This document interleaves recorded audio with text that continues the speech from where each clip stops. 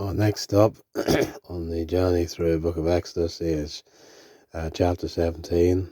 And as you see here, the title is God gives the people water. Let's read verses 1 down to 6. Then all the congregation of children of Israel set out on their journey from the wilderness of Zin, should be Z-I-N, according to the commandment of the Lord, and camped in Rephidim. And there was no water for the people to drink. Therefore the people contended with Moses and said, Give us water, that we may drink. So Moses said to them, Why do ye contend with me? Why do you tempt the Lord? And the people thirsted there for water, and the people complained against Moses, and said, Why is it you have brought us up out of Egypt, to kill us, and our children, and our livestock with thirst? So Moses cried out to the Lord, saying, What shall I do with this people? They are ready, almost ready to stone me. And you can sense the frustration from Moses' voice. The Lord said to Moses, Go on before the people, and take with you some of the elders of Israel. Also take in your hand your rod with which you struck the river, and go. And this is the title of the message, when God uses what is already in your hand. Verse 6, Behold, I will stand before you there on the rock in Horeb, and you shall strike the rock, and water shall come out of it, that the people may drink. And Moses did so in the sight of the elders of Israel.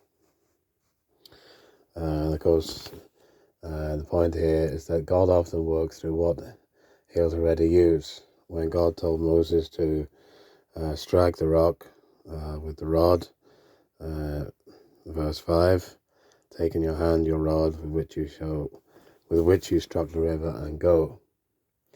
There is intentionally pointing Moses back to past victories.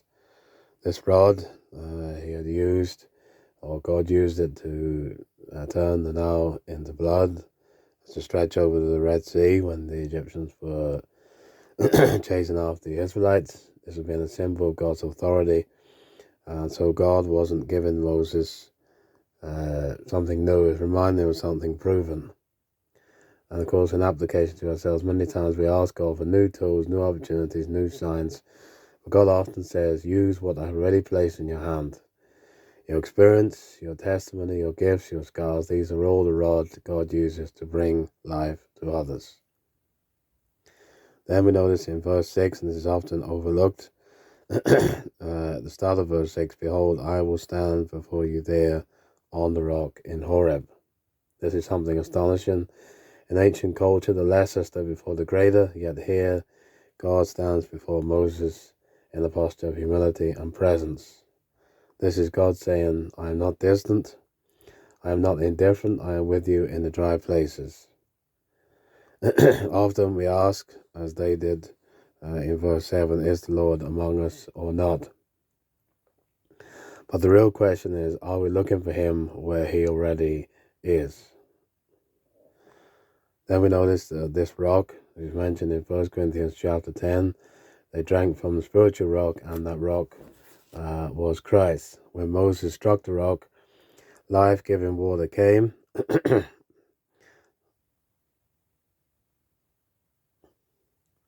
And when Christ was beaten and crucified, the living water was poured out. John 7:37, if anyone thirsts, let him come to me and drink. Every time we feel spiritually dry, the answer is not more effort, it's coming back to the rock who was struck for us.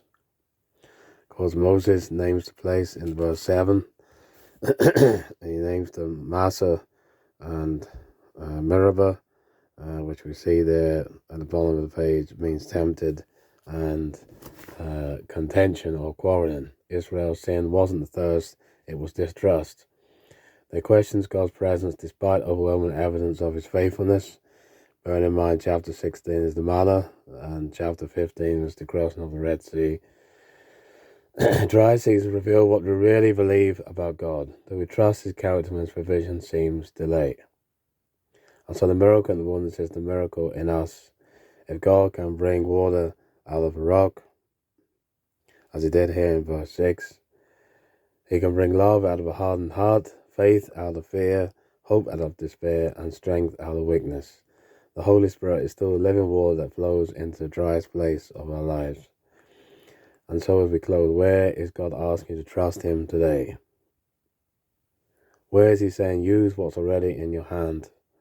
And where is he reminding us, I am standing before you? The rock has already been struck. The water is already flowing. Let's come and drink and trust in God. So the challenge of this message is when God uses what's already in our hand. Thank you for listening.